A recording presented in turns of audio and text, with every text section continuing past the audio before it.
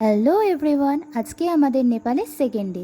আর সকাল সকাল আমরা রেডি হয়ে বেরিয়ে পড়েছি চিতওয়ান ফরেস্টে সাফারি করতে। আর আমাদের সাফারির টাইম ছিল সকাল 6:30। আর আগের দিন রাতে এখানে বৃষ্টি হওয়ায় সকালের ওয়েদারটাও মেঘলা ছিল। আর সাফারির জন্য প্রত্যেকটা হোটেলেই গাড়ি বুকিং করা যায়। আর আমাদের সাফারির জন্য পার পার্সন খরচ পড়েছিল ইন্ডিয়ান রুপিসে 450 টাকা। আর আমাদের সাফারির টাইম ছিল 6:30 থেকে 9টা পর্যন্ত।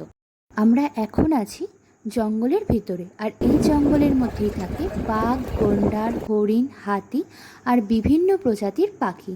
দেখা যাক আমাদের ভাগ্যে বাঘের দেখা মেলে কিনা।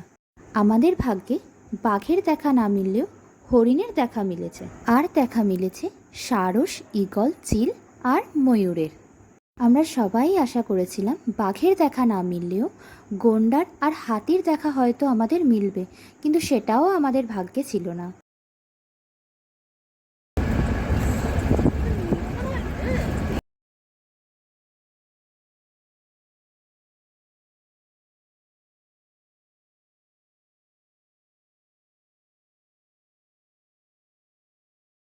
সাফারি আমাদের কমপ্লিট। এখন আমরা চিতওয়ান থেকে বেরিয়ে যাচ্ছি কাঠমান্ডু।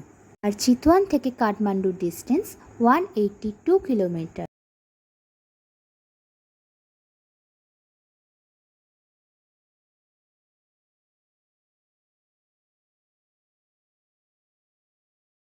এখন বাজে বিকেল 4টে, আর এখন আমরা আছি কাঠমান্ডু পশুপতিনাথ মন্দিরের পাশে। আর এই মন্দিরের অপোজিট দিকেই আছে আমাদের হোটেল। তাই আমরা হোটেলে চেক ইন করে বিকেলবেলা বেরিয়ে পড়েছি পশুপতিনাথ দর্শন করতে। আর গিয়ে দেখি মন্দিরের পাশে শ্মশান সংলগ্ন এরিয়ায় চলছে সন্ধ্যা আরতি।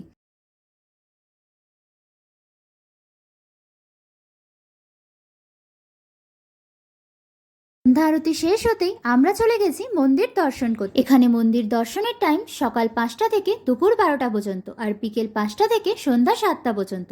এরপর আমরা মন্দির দর্শন করে হোটেলে ফিরে যাই। আজকের ব্লগটা আমি এখানেই শেষ করলাম। দেখা হবে নেক্সট পার্টে। আমার ভিডিও ভালো লাগলে লাইক, কমেন্ট অ্যান্ড শেয়ার করতে ভুলবেন না।